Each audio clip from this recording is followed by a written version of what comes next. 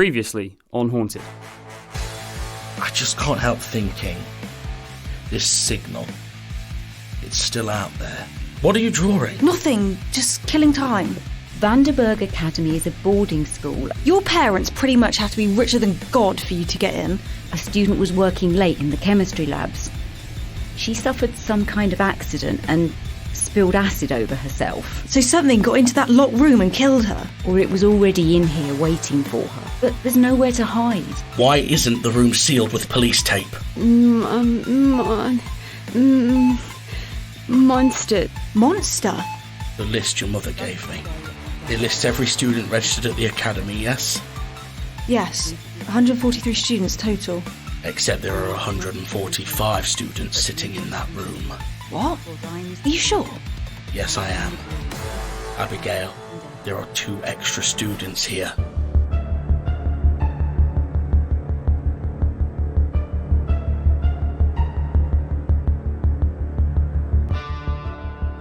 Haunted, the audio drama. Episode 4. The Lonely Shadows. Part 2 of 4. Written by Jamie Evans.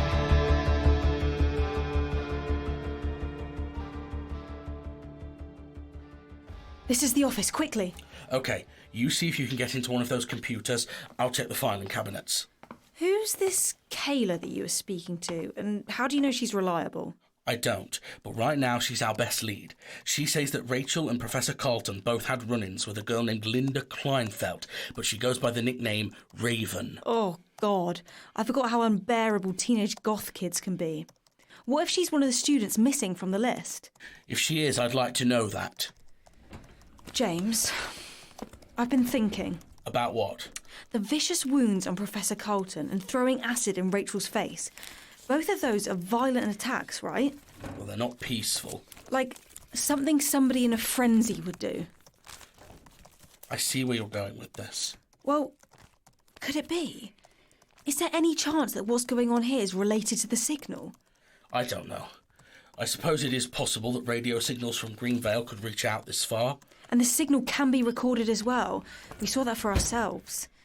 That means it could probably be anywhere, right?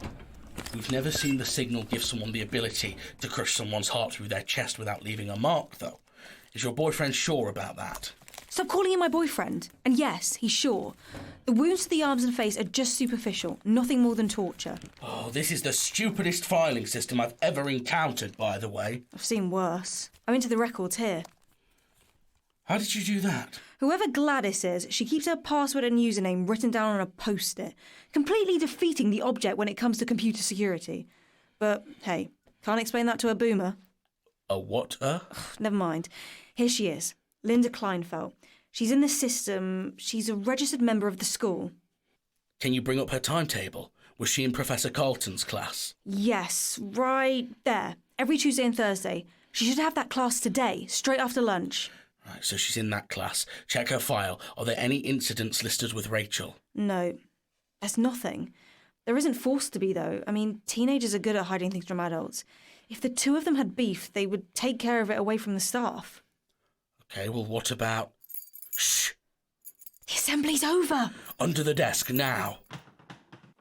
Oh, what are you doing in here? Hello, I'm the, supply teacher. What? Covering Professor Carlton's class. That is right, isn't it? I suppose. The headmaster hasn't mentioned anything to me, though. He usually does. He just called me this morning. Perhaps he hasn't had time to catch up with you yet. Yes, that must be it. How did you get in? I thought I locked this door. Well, I hate to doubt you, but the door was unlocked when I came in. Really? I must need to take a vacation then. Welcome aboard, Professor... Hunter. Professor Hunter. Nice to meet you. Would you mind terribly showing me around? I'd rather like to know where my classroom is. Of course, come on.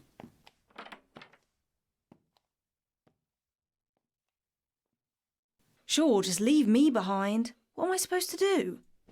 Oh, I wonder if I can find this Raven girl.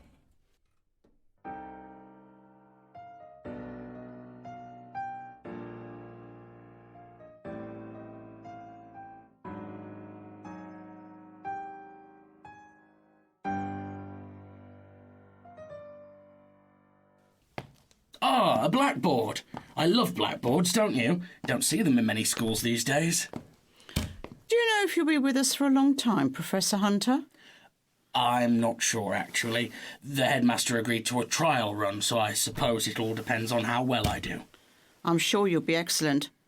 I must say, you don't look much like an English teacher. Oh, no? You're a bit overdressed with that waistcoat for starters. The hair is, well, you look more like a magician. A magician? What are you doing? Why are you checking all the cupboards? Oh, I'm just getting to know the place. You know what kids can be like, especially teenagers. Best to know the terrain. I think you'll find the students here at Vandeburg Academy are not like those filthy brats they have in private schools. No, I'm sure they're not. Well, thank you, Harriet. I'll see you around, Professor.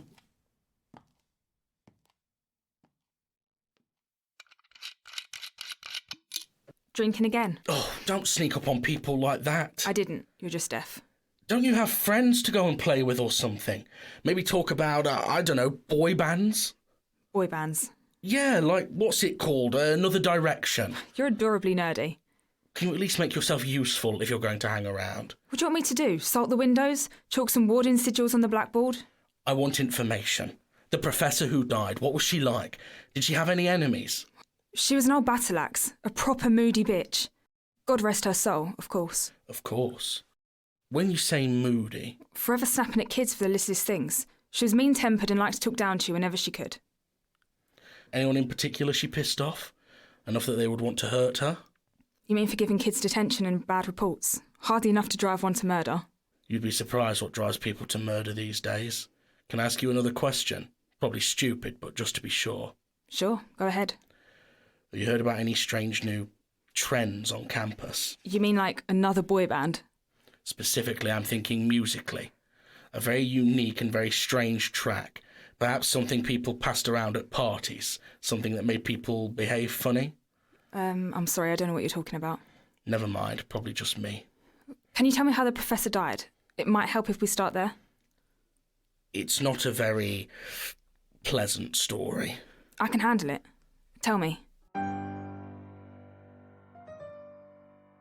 If James was going to pretend to be a teacher, I figured I should go undercover as a student. Try to get the other side of the coin. As soon as I stepped into the cafeteria, though, everything I hated about high school came flooding back. The large room had a tacky-looking linoleum floor, and the uniform tables were arranged in 3 rows of 8. Even on the first glance, it was clear how the social hierarchy worked here and which tables belonged to which groups. Excuse me? Oh, I'm sorry, lost in my own thoughts there. I haven't seen you around here before. Are you new here? First day. That's a bit weird, having your first day a week before we break up for Christmas. You're right, that is odd. Not implausible, though. You hungry? I could eat. Come on, I'll show you what's good. Word of advice, stay away from the fish pie. I'm Marcus, by the way. Abigail. So, how long have you been at Vandeburg? I'm fairly new myself. I joined at the start of the term. I hear there's weird things that happen around here. How do you mean? Well, I heard that there's been some accidents recently. A student got hurt and one of the teachers died. What, are you a detective? Don't go around blabbing about stuff like that where the staff can hear you. They're kind of touchy about it. I'll bet. So, if you're new, I'm guessing you don't exactly have many friends just yet. You assume correctly. Want to come and eat at our table? Sure. Marcus led me over to a table on the back row. 2 girls were sitting there. The first was a pretty blonde girl he introduced as Natalie. I wasn't 100% sure, but I immediately got the impression that there was something going on between them. It made sense. Marcus was a good-looking guy. The second girl had dark hair and a more reserved demeanour about her. Her name was Raven, and she studied me for a long time before taking the hand I offered in greeting. There was an intelligence in her eyes, and I found myself instantly curious about her. That's a really pretty necklace, Raven. What is it, like a little pyramid? Thank you. It's a prism. It's just costume jewellery. Surely not. It looks like an antique. I'm afraid not. It was a present from my grandmother. Did you say your name was Corbin? That's right. Are you related to the chaplain here? Yeah, she's my mum. Is that why you've come to the academy? That's right. I've heard some strange stories since I've been here. Is it true a teacher was killed? Shh. Keep your voice down. I told you, it's a touchy subject. We don't know if she was killed. That makes it sound like someone deliberately murdered her. All we know is she passed away. I heard she'd been tortured, bound to her chair and covered in cuts. Oh, it's so horrid. It's okay, Nat. I need some fresh air. Can you come with me? Of course. I watched the two of them walk away. My instincts were right. They definitely liked each other. I could tell in the way she stayed close to him for comfort and the way he gently placed his arm around her shoulders, drawing her in, protecting her from the world. I know you're new, but you need to be careful. You can't just go around talking about things like that. It's triggering for some people. I'm sorry. Did something happen to Natalie? That's not what I meant. Then what do you mean? Just that Vandeburg Academy isn't just a school. We live here for half the year. Up here on this hill, away from anyone else. We're like a big family here. Everyone's taking Professor Carlton's death hard. Can I ask you one more question? Get the impression you will do anyway. What was Professor Carlton like? Was there anyone who might want to hurt her? Professor Carlton was a very intelligent woman and a great academic. And she was a bully. Is that what you want to hear? She definitely had favourites, and those who weren't in that special circle, she was just very good at making people feel stupid. You know? Is bullying from staff a serious issue here at Vandeburg? No, just Carlton. Bullying might even be a strong word. She had a way of making people feel really shitty about themselves. Shitty enough they might lash out and try to kill her. This is absurd. If you're going to put the names of every student Professor Carlton had a run-in with on your suspect list, you ought to put me top of the list. She didn't like me at all, and I didn't particularly care for her either. It doesn't mean I killed her. Weird. As some of the greatest philosophers in history have theorised, perception is reality. The myths and the folklore that we believe in, if we were to take that premise, why couldn't they be real? Let's take a real-world example, the double-slit experiment. Are you familiar with this? Yes? No? Judging by the chorus of blank looks, I'll say no. Come on, guys, this is the sort of stuff that makes life interesting. I promise you'll find it more fulfilling than watching Big Brother in the evenings. In this experiment, the researchers were able to prove that particles were behaving differently when observed by human eyes compared to when they were unobserved. Think about that for a second. On a subatomic level, right down to the very building blocks of the universe, we have actual evidence that perception directly affects our reality. And now... Hello, Professor. Hunter. Professor Hunter. Really? Yes, Miss... Abigail.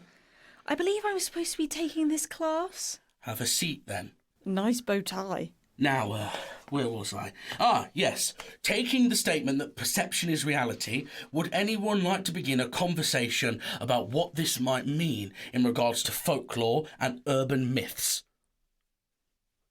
Anyone? People who report sightings of strange activity. If you see, a weather balloon and you already have an inclination towards belief in extraterrestrials, you share your perception of the event and suddenly there are UFOs and alien abduction reports all over the world. That's a good example. Yes, if enough people believe in something, does it make it true? Certain world leaders in the last few years have suggested that we live in a post-truth society. Do facts not matter anymore? Have they ever? Is perception all that matters? Yes, Kayla, is it? Like the Slenderman murders in 2014. Go on. 2 schoolgirls murdered their friend, convinced that the internet character Slenderman was real and they were acting in his name. If they prepared to do that, his being true or not makes little difference. Because the outcome is still the same. His will is still carried out regardless. That's really good. Thank you. Yes, good point. Gruesome too. Of course, we must be careful not to overstress the particular significance of that event. After all, it wouldn't be the first time murderers have tried to shift blame for their own crimes onto fictional entities or outside influences. If enough people believed, that would make it real, right? I mean, there are accounts of people being able to focus their thoughts into creating thought forms that act with some degree of autonomy. Are you referring to the Jewish myth of golems? Kind of. Golems are clay sculptures animated by powerful magic. I'm thinking more of tulpas, thought forms given life through willpower. That would take quite some willpower. There are reports of it, though, on the internet and over in Asia. That's a very good observation, Kayla, though I do feel it's necessary to point out that you can't believe everything you read on the internet. As for claims from Asia, well, I don't think there's ever been a substantiated report of these tulpas before. Not for lack of trying, though. In fact, if I just dig out this book... That was a really good point. I don't think I've ever met another real person with so much knowledge before. Oh, I've always been interested in the occult. This is kind of embarrassing, but I'm a big fan of the Professor. I've read his books. Me too. Don't let him get you down. He's not big on believing things lately. You're here with him, aren't you? Trying to find out what happened to Professor Carlton? Yeah. Just between me and you, of course. Oh, of course. I understand she could be a bit of a bully. Yeah, I would say that's accurate. She definitely had a mean streak that would be quite unfair when she was in a mood. You ever had a run-in with her? Oh yeah, loads of people did. She thought some of my theories were too fanciful.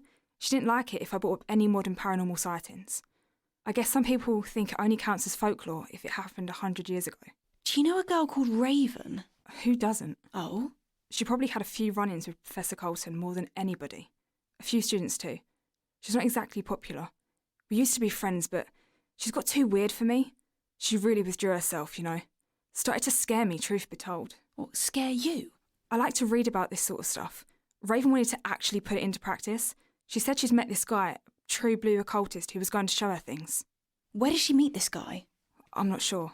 Online, I think. I wonder if he... Abigail, since you're clearly going to talk all the way through this class, please, would you leave? What? Please leave my class.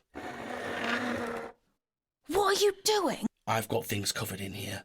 Whilst all the students are in class, I want you to check something out for me. What? Go to the kitchens. Let me know if you find anything strange. What are you expecting to find? I'll know it when I see it. Also phone your boyfriend. Ask him if forensics found any DNA evidence from the scene yet. Okay. Okay. Let's talk about Bigfoot.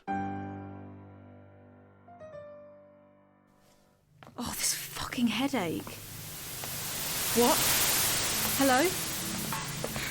Hello? Wait, come back! Oh, damn it, who was that? The kitchen looked exactly as you might expect. A clean rectangular room with a large stainless steel work surface in the middle. Along one wall were 2 industrial-sized cookers, along the other were freezers and storage cupboards. Inside, there were mostly the sort of things you'd expect to find: frozen bags of chips, single-serving pies, and fish fillets. In the cupboards, I found plastic containers with cereals, as well as snack bars, biscuits, and the like. Whoever had been in here had been looking through one of the cupboards, and it appeared from the discarded wrappers and crumbs all over the surface, had been shoveling biscuits down their throat. A particularly hungry student came back for extra snacks? Seemed unlikely. I couldn't fathom another explanation. All I could think to do was to follow the crumbs. Literally. On second thoughts, that may not have been my best idea. The train of crumbs ended about 5 paces out the corridor. I was just wondering what I should do when I heard that static noise again. Shit! I ran towards the yell I heard. Rounding a corner, I found myself in the east corridor. There were no classrooms down here. Rather, this area of the academy was filled with equipment stores, cleaning closets, and a couple of bathrooms. As I approached, I could hear somebody in the boys' toilet. Their voice was muffled, but there was definitely somebody talking. Gingerly, I pushed the door. Suddenly, it was wrenched open, though, and someone barged past me hard. Ow! Hey! It was Marcus. His head was low, one hand raised to his face. I could see streaks of crimson flowing between his fingers. Marcus, wait! Is there someone else in here? Did Marcus break this? Oh! My head! Ah! Oh!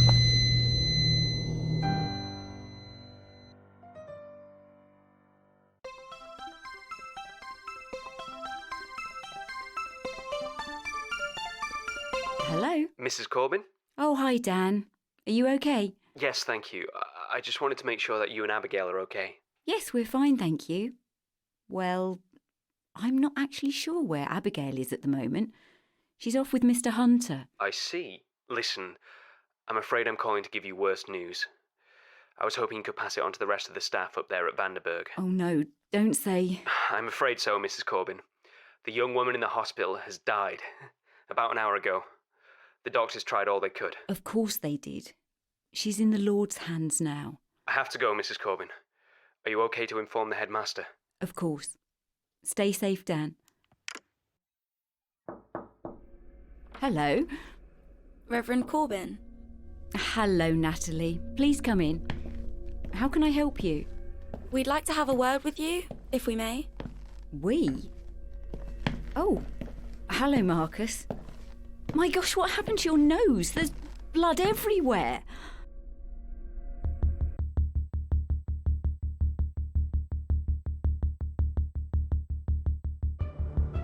Starring Jamie Evans as James Hunter and Isabella Barbieri as Abigail Corbin. With special guest Luke Hunter as Dan Cowell and Tess Gustard as Cheryl Corbin. Also featuring Madeline Rigby, Faith Everett, Edwina Jones, Rachel Carlton, Tom Bentley. Narration by David Anthony Green. Opening and closing themes by James Crow. Haunted, the audio drama, is created by Jamie Evans, with all episodes produced and directed by Jamie Evans and Benton Hodges. Audio engineering by Benton Hodges, Charles Topping and Jamie Evans. Haunted is a production of Impala Films and is recorded at Free Sprite Media Studios, with special thanks to Duncan Newham for equipment support. Thank you for listening to this audio presentation. Come back next week for the next terrifying chapter of Haunted, the audio drama.